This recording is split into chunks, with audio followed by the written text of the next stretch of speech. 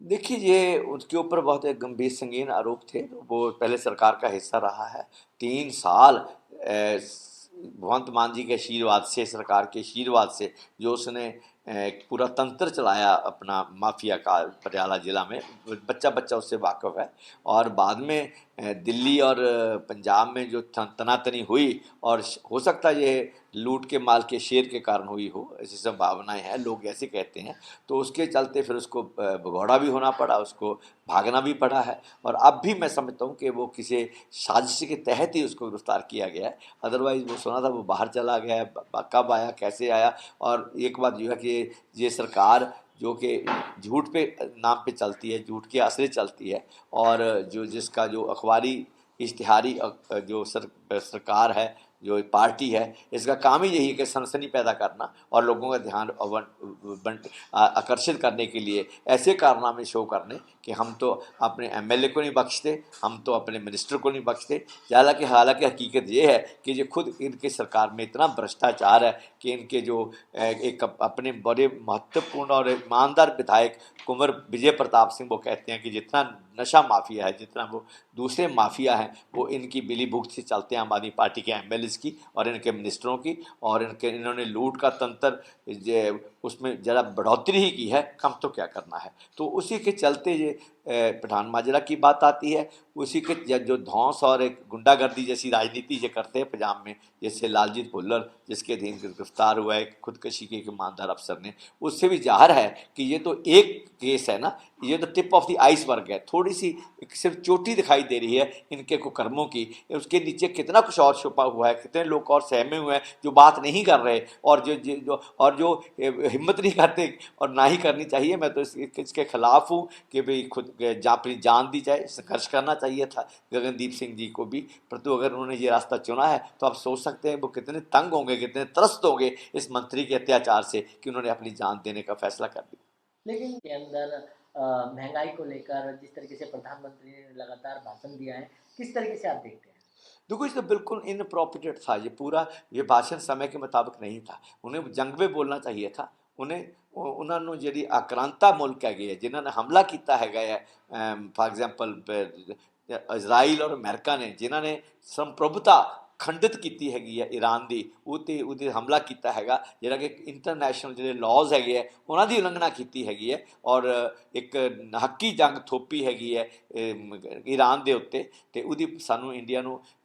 मोदी साहब ਨੂੰ ਕੱਲ੍ਹ ਉਹਦੀ ਨਿੰਦਾ ਕਰਨੀ ਚਾਹੀਦੀ ਸੀਗੀ। ਖਮੈਨੀ ਦੀ ਮੌਤ 'ਤੇ ਪਾਰਲੀਮੈਂਟ ਦੁੱਖ ਪ੍ਰਗਟ ਕਰਨਾ ਚਾਹੀਦਾ ਸੀਗਾ। ਜਿਹੜੀਆਂ 120 ਬੱਚੀਆਂ ਮਰੀਆਂ ਨੇ ਏਅਰ ਅਟੈਕ ਵਿੱਚ, ਜਿਹੜਾ ਅਮਰੀਕਾ ਦਾ ਟਾਰਗੇਟਡ ਅਟੈਕ ਸੀਗਾ, ਉਹਦੇ 'ਤੇ ਨਿੰਦਾ ਪ੍ਰਸਤਾਵ ਪਾਸ ਕਰਨਾ ਚਾਹੀਦਾ ਸੀ ਇੰਡੀਅਨ ਪਾਰਲੀਮੈਂਟ ਨੂੰ। ਔਰ ਜਿਹੜਾ ਸਾਡਾ ਇੱਕ ਮਹਿਮਾਨ ਜਹਾਜ਼ ਅਮਰੀਕਨ ਪਣਡੁੱਬੀ ਨੇ ਲੰਕਨ ਵਾਟਰਸ ਵਿੱਚ ਜੋ ਤਬਾਹ ਕੀਤਾ ਹੈਗਾ, ਔਰ ਜਿਸ 'ਚ 100 ਦੇ ਕਰੀਬ ਉਹਨਾਂ ਦਾ ਫੌਜੀ ਮਰਿਆ ਹੈਗਾ, ਉਹ 'ਤੇ ਅਫਸੋਸ ਪ੍ਰਗਟ ਕਰਨਾ ਚਾਹੀਦਾ ਸੀ। ਅਮਰੀਕਾ ਦੀ ਭੰਡੀ ਕਰਨੀ ਚਾਹੀਦੀ ਸੀਗੀ। ਔਰ ਆਪਣੀ ਇਸ ਆਜ਼ਾਦਾਨਾ ਪੋਜੀਸ਼ਨ ਨੂੰ, ਜਿਹੜੀ ਕਿ ਪਹਿਲਾਂ 70 ਸਾਲ ਤੋਂ 60 ਸਾਲ ਤੋਂ ਆਪਾਂ ਚਲਾ ਰਹੇ ਸੀਗੇ, ਜਿਹੜੀ ਆਜ਼ਾਦਾਨਾ ਸਾਡੀ ਇੱਕ ਵਿਦੇਸ਼ ਨੀਤੀ ਸੀਗੀ, ਕੂਟਨੀਤੀ ਸੀਗੀ, ਹਰ ਗਲਤ ਨੂੰ ਗਲਤ ਕਹਿਣ ਦੀ, ਚਾਹੇ ਇਰਾਕ ਦੀ ਜੰਗ ਹੋਵੇ, ਜਿਸ 'ਚ ਅਸੀਂ ਸਾਫ਼ ਕਿਹਾ ਸੀ ਨਰਸਿਮਹਾ ਰਾਓ ਸਰਕਾਰ ਵੇਲੇ ਕਿ ਜਿਹੜੀ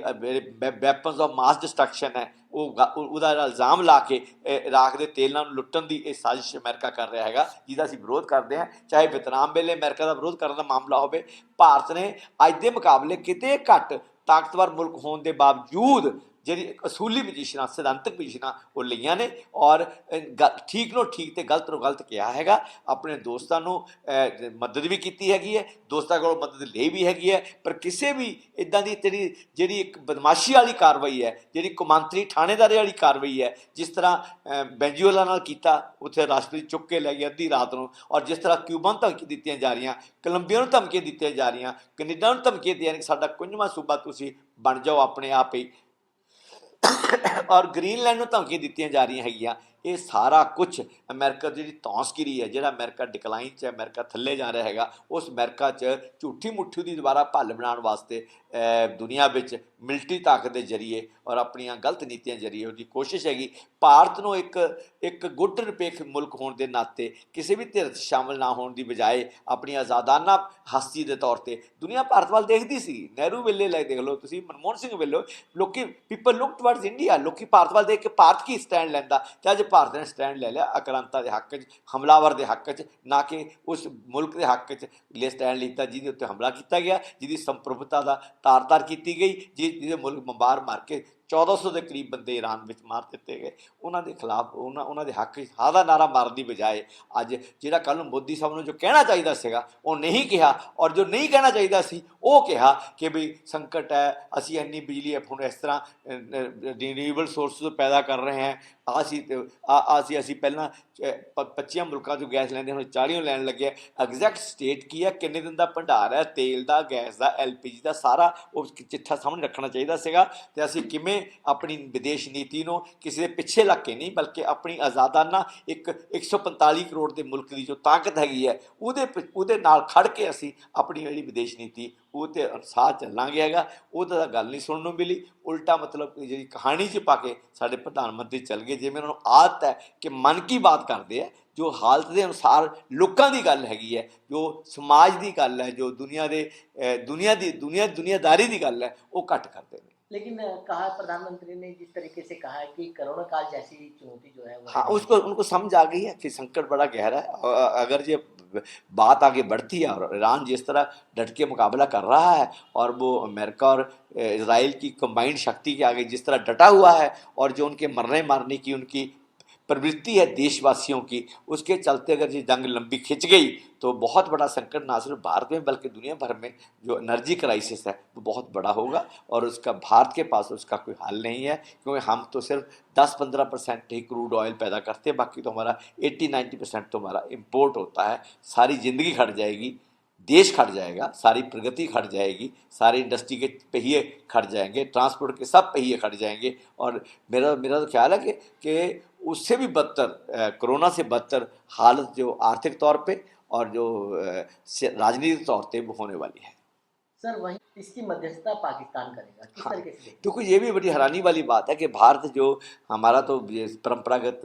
एनमी हम कहते थे, हालांकि मैं इन बातों में यकीन नहीं करता, पाकिस्तान हमारा दुश्मन नहीं है, हमारे बीच में से पैदा हुआ है। कुछ गलत फहमियाँ जो दूर की जानी चाहिए और दोस्ती का हाथ उनको भी और हमको दोनों को बढ़ाना चाहिए, और जो हमारे जो संबंध हैं जो जंग की तरफ जहाँ को ले जाते हैं उनको बंद करके हमें दोस्ती की तरफ, अमन और खुशहाली और सहयोग की तरफ जाना चाहिए। पर उसके बावजूद ये बात तथ्य है कि पाकिस्तान आज अंतर्राष्ट्रीय स्तर पे एक जिम्मेवार देश के तौर पे उभर रहा है, और भारत आक्रांताओं के साथ खड़ के एक गैर जिम्मेवार और बेइंसाफ़ी वाली जंग की सपोर्ट करने वाला मुल्क के तौर पे इसको देखा जा रहा है। तो इसीलिए इन हालतों में और अमेरिका का भी पाकिस्तान पर भरोसा वो ज़्यादा करता है। जिस तरह मुनीर साहब को लंच दिया, 2 बार मीटिंग किया ट्रंप साहब ने, और जिस तरह बाहर से टर्की हो चाहे वो कुछ दूसरे मुल्क हों, उन्होंने जिस तरह पाकिस्तान की मदद की है, चीन है उस पाकिस्तान के साथ, तो इन सभी बातों के चलते, और मुस्लिम कंट्री है और शिया